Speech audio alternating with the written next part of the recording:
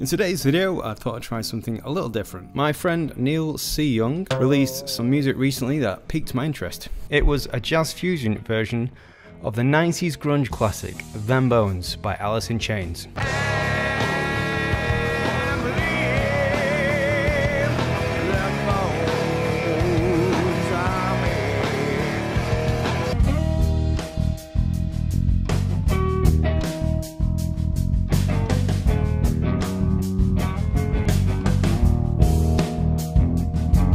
I had a chat with Neil to find out how he adapted the track into a jazz fusion style. So I'm going to show you the conversation, and I'm also going to give you a breakdown of the theory. I've got with me my friend and colleague, Mr. Neil C. Young.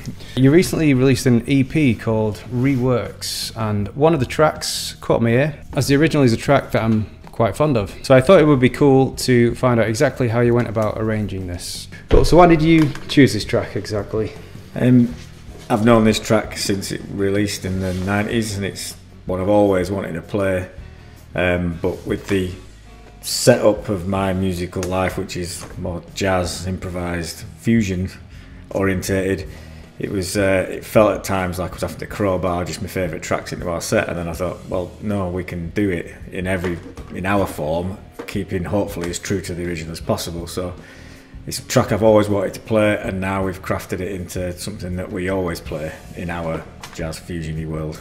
Cool. So what is your process when trying to arrange a track like this into your own style and applying your own musical personality?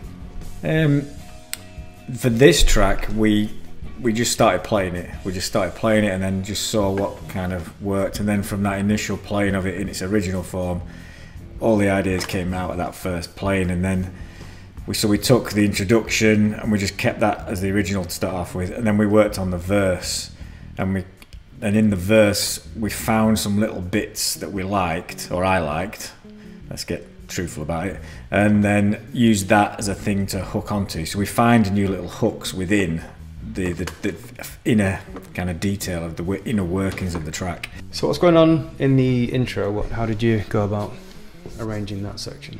So the introduction is a good example of what general processes I use overall. It's finding bits that I really like and then incorporating them in. And in the introduction, well, like all of it, the vocal kind of ow, and then the riff underneath. So we use displacement in there. So we got the original riff underneath that starts, and then we've got the big chord with the vocal chord on the top of that, so it's displaced there, and then that has a knock-on effect with the rest of the riff. So instead of it being digga digga digga digga digga digga, we've now got bam bam bam bam bam bam. So everything's been moved on, kind of stretched out, so we can get all the bits in that I like, the riff and that vocal wow at the start, and that's the introduction.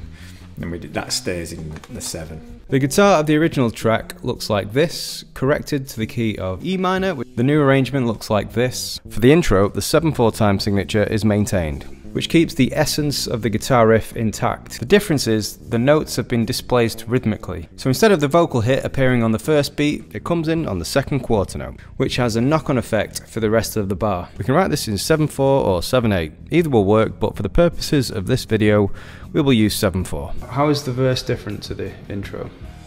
Funny story, I got it wrong when we were jamming it out at the beginning, but so it's 4 phrases. Do, do, do, do, do, do, do, do, do, do. And when we were playing it, for some reason I just naturally leant towards playing the second and third ones in 8/8 rather than 7/8, and we just kept doing it. I was getting told off by the other two that he was wrong, and I said no.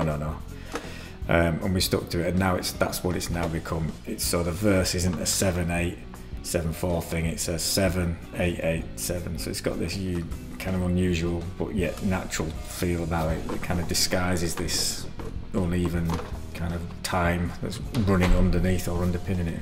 In the verse, the bass continues with the same theme, and the guitar now plays the vocal melody. Neil's happy mistake resulted in some interesting time signature changes. I found this quite interesting, as I didn't really hear this change until Neil mentioned it. So the first bar has 7 beats, the second has 8 beats, the third bar has 8 beats, and then the fourth has 7 beats.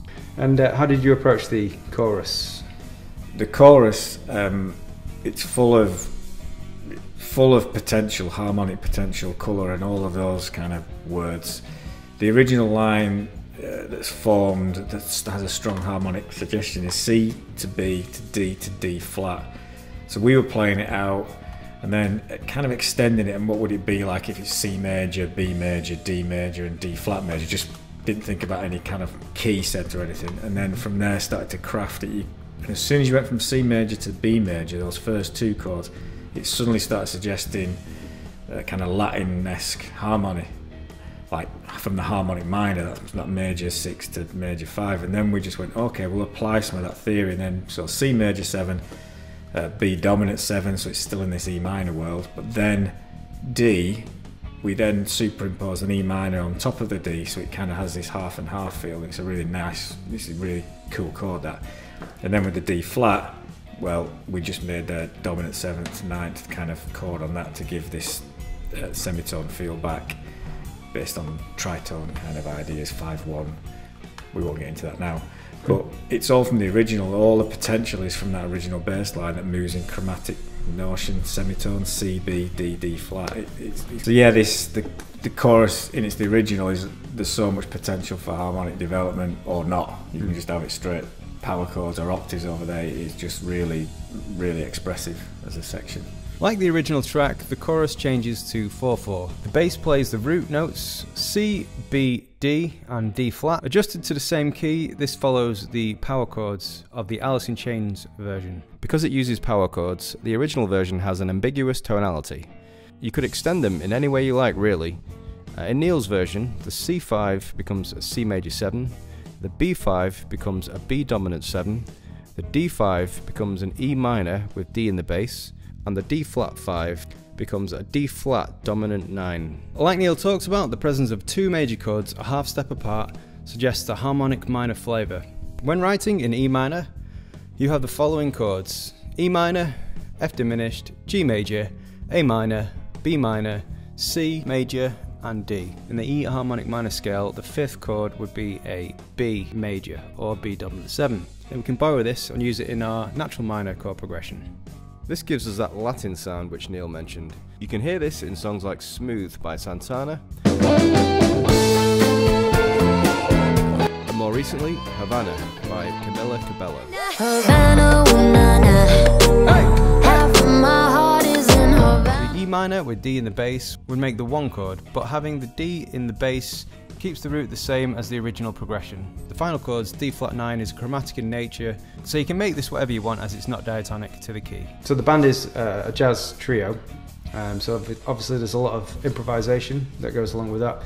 How does this track work as a vehicle for improvisation? When we get to the middle section in an established kind of head, solo head kind of form, we use that to underpin it in a larger scale. We then straightened out the verse, so instead of it being 7, 8, 8, 7, those phrasings, we just kept it all 7. So we'd use the verse and the chorus in 4 or 8, and we go back and forth between that. So it's a verse we now think of as an A, that then moves into a chorus as a B, and then we have a little vamp at the end. So there's like a 3A, B, C kind of structure, and we go around and round on that. So everything now becomes a start point. The E minor that's of the riff and the chromatic stuff, that means that everything's possible to explore tonally, and in the chorus we've already spoken about, that can go in its own little merry way as well. So it just opens up. The only thing that's holding it together is the structure of the rhythmic structure of 7 in the verse, and then the rhythmic structure of 4, and then 4 times round, 4 times round, and then that's it. So it becomes just an open thing. That control that we've put into the head can be used, or it doesn't have to be used, it's just there. Nice. How might all this reflect the main theme of the original recording?